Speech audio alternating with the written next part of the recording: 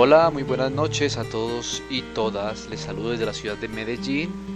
Mi nombre es Andrés Urrea y estoy acompañándolos en este programa que llega a ustedes hoy, lunes 13 de julio de 2015, a través de nuestra página web psicol.jimdo.com. Recuerden que pueden escucharnos en directo todos los lunes desde las 7:30 de la noche y en diferido por nuestro canal de YouTube Psicología Holística Trascendental. El día de hoy les traemos un tema que puede despertar muchas opiniones y controversias incluso, que es la delincuencia juvenil. Para iniciar, como siempre, les traigo una frase, en esta ocasión de Wilhelm Reich, abro comillas: ninguna sociedad conseguirá dominar el problema de la delincuencia psicopática infantil y juvenil sin de antemano reunir los conocimientos y el coraje necesarios para ordenar la vida sexual de los niños y de los adolescentes en el sentido afirmativo de la sexualidad. Cierro comillas. La delincuencia juvenil se refiere a los menores que infringen la ley y los derechos humanos. El ser un criminal empieza muchas veces en la cuna del hogar y los establecimientos educativos. Pero además esto prevalece a lo largo de las esferas sociales. Es decir, el inicio es en casa, pero trasciende hacia llamémoslo, el barrio, la escuela, la ciudad. Los medios de comunicación son una gran influencia. Todo lo que tenga que ver con la sociedad. Durante las últimas décadas, los países de América Latina, incluso los que conocemos de primer mundo, padecen un problema real que está acabando con nuestras familias, nuestra sociedad y el futuro de las naciones. Este problema, y no quiero que me malinterpreten lo que voy a decir, son los jóvenes. Es muy común escuchar que los jóvenes son el futuro de nuestras sociedades, de nuestro país. Y sin ser pesimista, ¿cuál es entonces el futuro que nos espera? Claro que debemos rescatar a muchos jóvenes que día a día luchan por salir adelante, por estudiar y ser profesionales, incluso perteneciendo a barrios marginales donde la delincuencia es más común, o por lo menos ese es el sesgo que tenemos, que es más común en esos sectores no tan favorecidos. Yo resalto realmente, entre muchos otros, a mis estudiantes, que se nota el esfuerzo y la motivación por formarse, por ser mejores personas. Pero digamos que podemos esperar mucho de ellos, pero ¿qué pasa con los demás? ¿Qué es lo que pasa? ¿Qué podemos esperar de aquellos que incluso queriendo tienen que enfrentarse a un sistema que es desigual? Y no solo esos, hay unos que lo tienen todo a favor, porque también debemos reconocer que muchos lo tienen y aún así no quieren. Simplemente encuentran en la banda del barrio o en los amigos mala muerte una salida fácil a su principal problema. Ese problema tan común y tan, digámoslo, tan característico de la adolescencia, que es la formación de su identidad. Claro, ellos encuentran más fácil un aliado en estos grupos que están al margen de la ley. Y pues claro, es que nos han vendido la falsa idea de que ser malo sí paga. Nos lo venden cada rato en la televisión, en las novelas que sacan nuestros canales, que prefiero no decir nombres, en vez de mostrarnos cosas positivas, cosas que no conocemos de nosotros mismos, de nuestra cultura, de nuestros ancestros. Siempre nos estamos dando lo negativo y nos lo muestran como una forma, digámoslo, positiva de ser. Entonces ser malo sí paga, tanto en lo económico como en lo sexual, en lo afectivo. Y esto lo dejo abierto para que sean ustedes mismos quienes lo piensen y juzguen. Saquen sus conclusiones. Yo siempre he dicho que si uno entre 10 se salva, podemos darnos por bien servidos. Y lo digo, por ejemplo, en mi rol como psicólogo y como docente.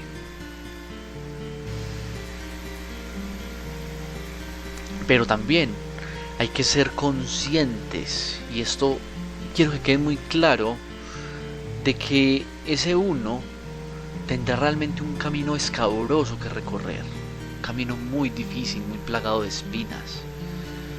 Yo recuerdo un paciente que tuve hace algún tiempo, un adolescente, que entre sus historias de vida me cuenta que viviendo en uno de los peores barrios de Medellín, refiriéndome a peor en el sentido de criminalidad,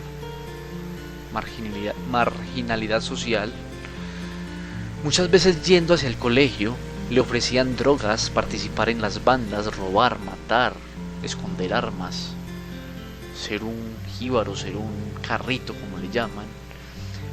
Sin embargo, él nunca lo hizo, siempre se resistió a ello, al punto que lo amenazaron de muerte y tuvo que irse del barrio. Tuvo que hacerlo por ser un niño bueno, un niño sano. Curiosamente, viviendo en uno de los barrios, una de las zonas de mejor posición social en nuestra ciudad, con unos familiares, fue donde conoció el camino del mal. O bueno, parte del camino del mal, porque no podemos decir que todo sea malo. Ya el resto de la historia, por ética profesional, me la reservo, pero lo que voy es a 2 puntos que quiero resaltar. El primero es que aquí difícilmente lo dejan progresar a uno o a alguien. Y reitero, no quiero ser pesimista, porque yo soy uno que debo darme por bien servido, menos hasta ahora, y creo fielmente que todo depende de uno mismo, de la responsabilidad con que se asuma la vida y de cómo uno tome las decisiones.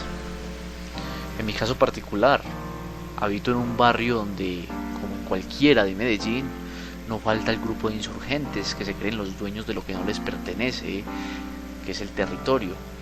No es un barrio ni bueno ni malo, es un barrio, bueno, diríamos que más bueno que malo. Y aún así, conmigo realmente, a pesar de que esas personas están ahí, conmigo nunca se han metido, y por el contrario, reconocen en mí una buena persona y a alguien a quien, como ellos mismos dicen, meterían el CULO. Lo sé porque de alguna forma me lo han hecho saber, ellos mismos me lo han hecho saber. Entonces, bueno, todo depende de la experiencia, es algo relativo, como diría Einstein. Como segundo punto, que eso de las clases sociales realmente cada vez es menos importante a la hora de hablar de delincuencia o muchas otras cosas. Lo digo, por ejemplo, por este chico que les comentaba. Miren que él pasa de estar en un barrio no tan bueno a un barrio mucho mejor, y en su barrio no tan bueno, pues aunque estaba inmerso en un contexto donde las amenazas, venga, pruebe esto, aquello, él tuvo la decisión de no hacerlo. Pero cuando se va para un barrio mucho mejor, ¿qué aparece allí? La influencia de los niños ricos. Entonces, bueno, ahora sí tengo que meterme en este mundo, tengo que pertenecer a ellos, y bueno, ya el resto es historia, que igual no soy yo quien pueda decirlo, quien pueda dar en este momento pues una opinión al respecto, más lo sabrá él, ¿no? Aún así es evidente que este fenómeno se presenta, y en alguna ocasión, quiero también contar otra anécdota, trabajé con niños de la mejor clase social, y curiosamente todos querían ser el matón del barrio, todos soñaban, y oigan esto, se babeaban pensando en ser el duro de una de las comunas más peligrosas de la ciudad. Fantaseaban con eso. ¿Por qué? Bueno, es algo que tal vez yo no les pueda responder.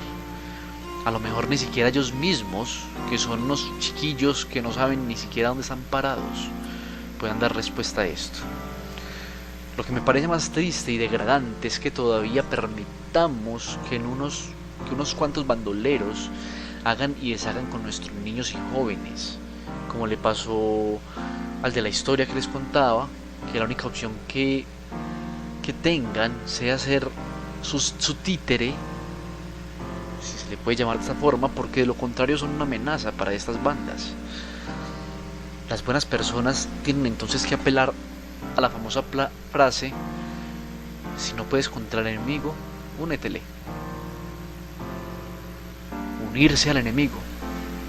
Y eso, sinceramente, eso me parece descabellado, me parece horrible, macabro, detestable e inaceptable desde todo punto de vista. Parece horrible que haya niñas de 12 años amenazadas de muerte porque no quieren acostarse con el duro del barrio, porque no quieren prostituirse, ser las prepagos que ellos quieren que sean. Amenazan a sus familias. Tener que ver desplazamiento dentro de nuestra propia metrópolis, como me tocó ver en un barrio al que fui hace unos pocos meses, y me encuentro con una chica de buena familia desplazada porque fue abusada sexualmente por uno de estos desgraciados, y para rematar la amenazan porque ella quería demandar el abuso sexual. Hicieron ir de allí, de su barrio, a toda la familia y aplicar la ley del silencio. ¿Acaso es esto injusto? Yo no creo. Y perdónenme, no soy tirano, no soy un asesino serial. En mi vida, si acaso, he matado un par de cucarachas con la chancla y una lagartija por error. Bueno, mentiras, lo hice como a los 7 años por puro placer, lo confieso. Pero estaba apenas explorando el mundo, así que no cuenta que haya matado a esta pobre lagartija que todavía me tiene marcado. La verdad es que no soy partidario de este tipo de pensamiento. Creo que la violencia genera más violencia y, en otras palabras, el fuego aviva el fuego. Pero sinceramente, y esto es un sentimiento muy personal que creo yo muchos comparten aunque lo nieguen, pero recuerden que esta es su sombra, qué bueno sería que en un país donde un tipo viola, roba, asesina a personas inocentes y lo meten preso para que a los 2 meses salga libre, mientras que uno que se roba una sustancia de gallina para poder alimentar a su familia con un poquito de sabor, porque no tiene más, porque no tiene trabajo, lo meten preso 6 años. En un país así, la justicia debería de funcionar de otro modo. Claro está que todo tiene sus consecuencias, por supuesto. Hace poco, en una polémica, se hablaba de la posibilidad de aprobar la pena de muerte en Colombia. Yo de inmediato estuve de acuerdo. Lo que no sirve, estorba. Pero una chica muy centrada en su opinión dijo algo que me dejó muy pensativo. Si aprobaran esa ley en nuestro país, primero tendríamos que cambiar nuestras costumbres, cosa que no es tan sencilla. Porque de lo contrario, ¿cuánta gente moriría por errores de la justicia? ¿Cuántos inocentes mataríamos?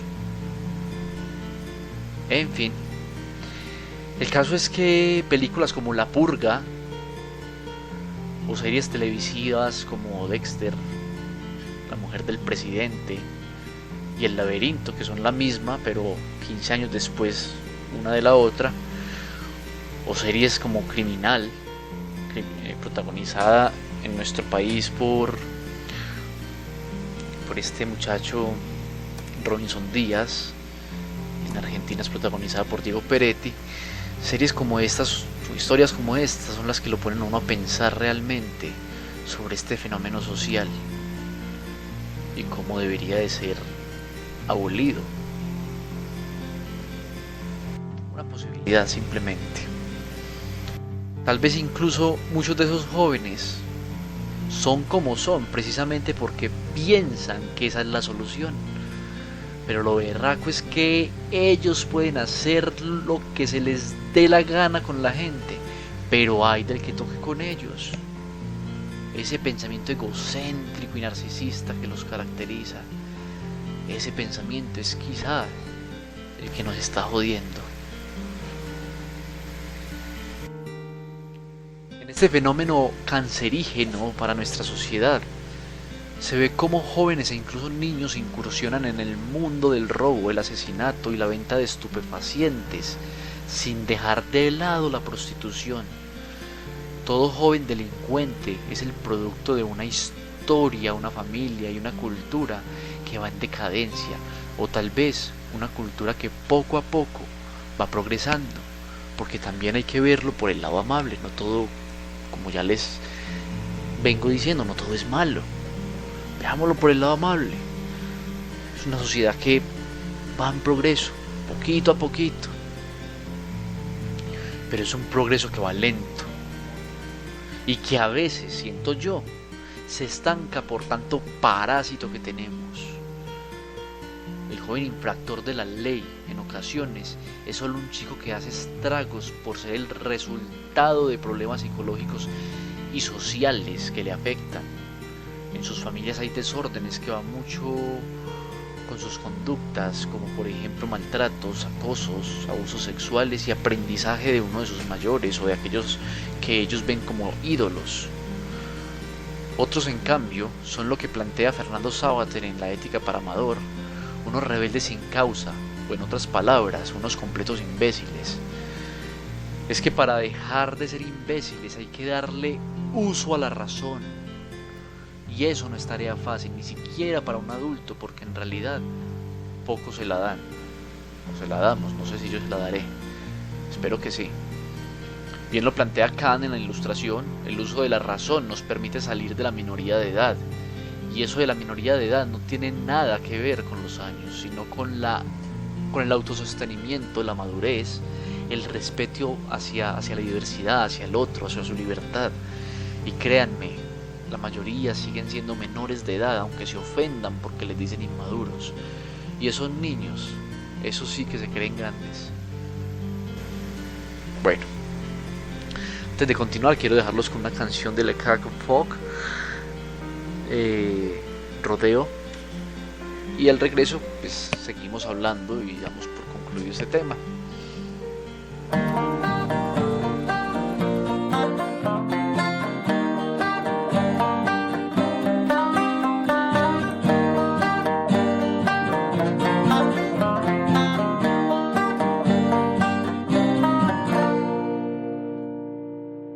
C'est l'histoire des aventures de Harry Cover, meilleur shérif de tout le New Jersey. Il rend la justice, traquant le vice et la peur, mais souvent à pied quand sa bourrique l'a décidé.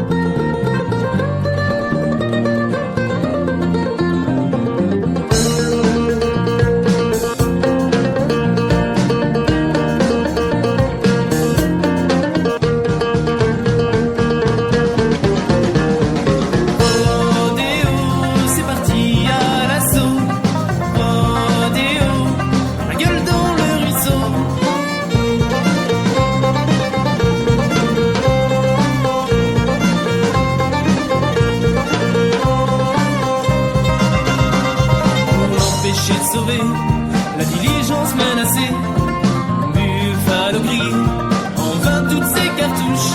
Il prend ses jambes à son cou, voyons qu'il ne frappe pas mouche. Harry le poursuit dans la montagne escarpée. Oh c'est haut, il s'est bien vite fatigué.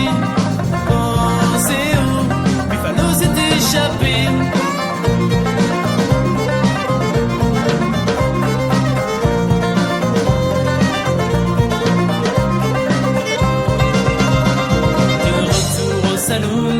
Préférant tout oublier, il commande 3 whisky. Au patron tout étonné, avant de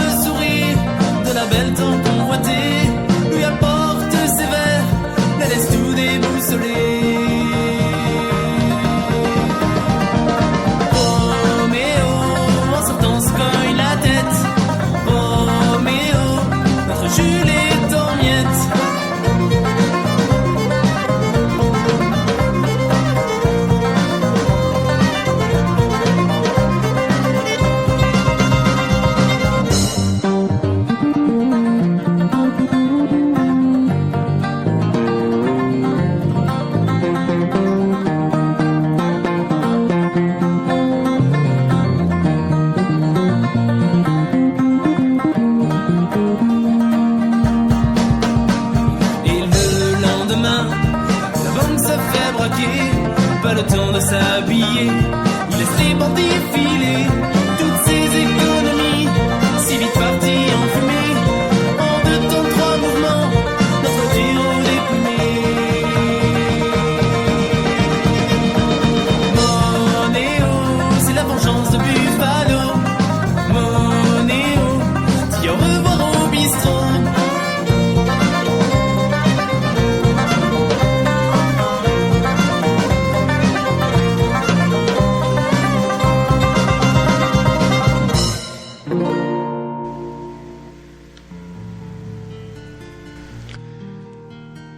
Hay una cantidad de estudios e investigaciones sobre el tema problemático en nuestros menores, sin ver en realidad que los adultos tenemos una gran responsabilidad sobre la delincuencia juvenil.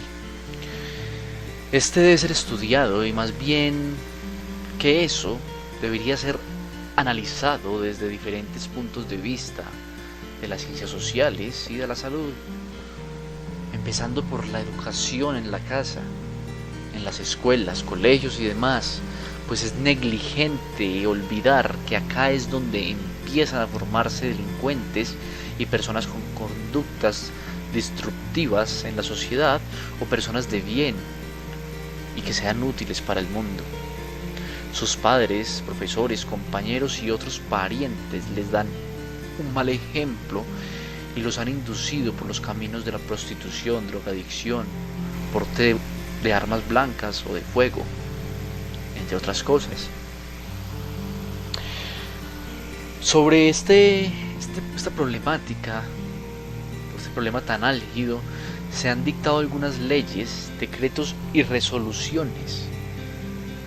Se han fundado corporaciones, asociaciones, fundaciones y hogares de paso para los menores que han pasado por una vulnerabilidad social como el abandono y el maltrato, que por alguna circunstancia caen en la jurisdicción de la justicia penal.